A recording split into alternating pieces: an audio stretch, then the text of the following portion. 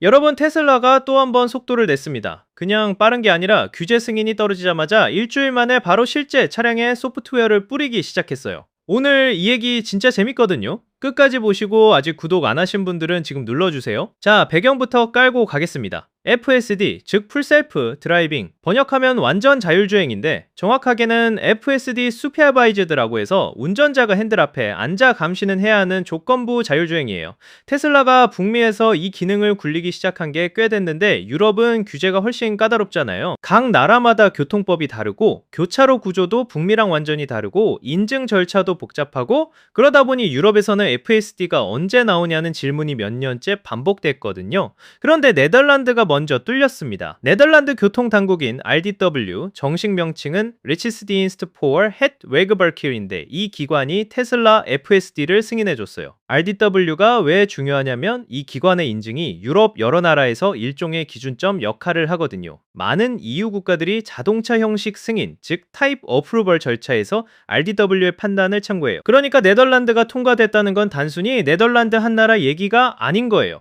승인이 난 게 불과 일주일 전이었는데 테슬라는 기다리지 않았어요. 바로 소프트웨어 업데이트를 밀어넣기 시작했고 동시에 무료 체험까지 같이 붙였어요.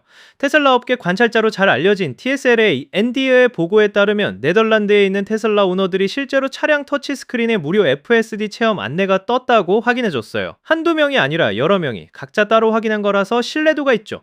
지금 이 롤아웃은 무작위로 진행되고 있어요. 모든 차량에 동시에 뿌리는 게 아니라 랜덤하게, 그리고 AI4 하드웨어가 탑재된 차량에만 제한돼 있어요.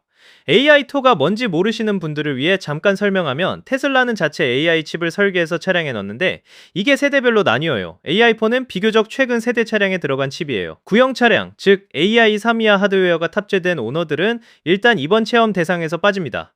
무료 체험이라는 전략은 사실 테슬라가 오래전부터 써온 방식이에요. 새로운 시장에 진입하거나 대형 업데이트를 출시할 때 구독을 결정하기 전에 직접 써보게 해주는 거죠. 지난 가을에도 FSD V1사점이 출시와 함께 대규모 무료 체험 캠페인을 펼쳤고, 호주와 뉴질랜드에서 FSD를 처음 출시했을 때도 30일 무료 체험을 제공했어요. 사람들이 실제로 타봐야 관심이 생기고 관심이 생겨야 구독으로 이어지니까요. 재밌는 포인트가 하나 더 있어요. 북미에서는 올해 초부터 구독 모델로만 운영이 바뀌었거든요. 월정액을 내야만 FSD를 쓸 수 있는 구조예요. 그런데 네덜란드에서는 아직 일시불 구매 옵션이 살아있어요. 한 번 돈 내고 영구적으로 쓰는 방식이 가능하다는 거죠. 앞으로 유럽 다른 나라들로 FSD가 확장될 때도 동일한 구조를 유지할 거라는 예상이 나오고 있어요. 그리고 무료 체험을 이용하시는 분들 참고로 아셔야 할 점이 있어요. 작년부터 테슬라는 정책을 바꿔서 차량이 서비스 센터에 입고돼 있는 동안에는 무료 체험 타이머가 멈춰요. 예전에는 차를 맡겨놓은 동안에도 시간이 흘러가서 실제로는 훨씬 짧게 체험하게 되는 경우가 있었는데 그 불만을 반영한 거예요. 이번에 네덜란드에 깔리는 버전은 FSD V 외사점이 2.5예요. 소프트웨어 업데이트 버전 번호로는 2026.3.6이고요. 북미는 이미 V 외사점3까지 올라가 있어요. 그러니까 기능면에서 최신이 아닌 건 사실인데 그게 의도된 거예요. 유럽 규제 기준에 맞게 특별히 손을 본 빌드거든요. 복잡한 유럽 교차로 구조에 맞는 UI 요소가 따로 들어갔고 유럽 각국의 교통법에 맞춘 변경사항도 포함되어 있어요. 그냥 북미 버전을 그대로 가져와서 깐 게 아니라는 뜻이에요. 처음 FSD를 활성화하는 절차도 북미랑 달라요. 네덜란드 오너들은 시스템을 처음 켜기 전에 필수 튜토리얼 영상을 시청해야 하고 그 다음에 짧은 퀴즈를 풀어야 해요. 퀴즈를 통과해야만 화면에 스타트 셀프 드라이빙 버튼이 활성화돼요. 규제 당국이 요구한 안전 및 법적 컴플라이언스 절차인 거죠. 사용자 입장에서는 번거로울 수 있지만 이 과정 자체가 FSD를 처음 접하는 사람들이 이번 네덜란드 출시가 단발성 이벤트가 아니에요.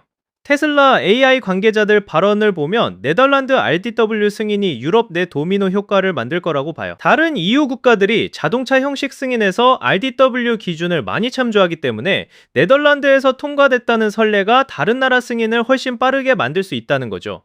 여기에 데이터 전략도 깔려 있어요. 유럽 오너들에게 지금 체험을 제공하는 건 단순히 구독자 수를 늘리려는 게 아니에요.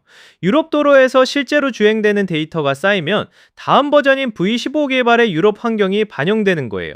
데이터가 없으면 현지화된 모델을 만들 수 없고 현지화된 모델이 없으면 더 많은 나라의 규제를 통과하기 어렵거든요. 이 사이클을 네덜란드에서 먼저 돌리는 거예요. 올해 안에 FSD 슈퍼바이즈드가 유럽연합 전역에서 흔히 볼 수 있는 기능이 될 수 있을지 그 속도가 얼마나 빠를지는 지켜봐야 알 수 있어요.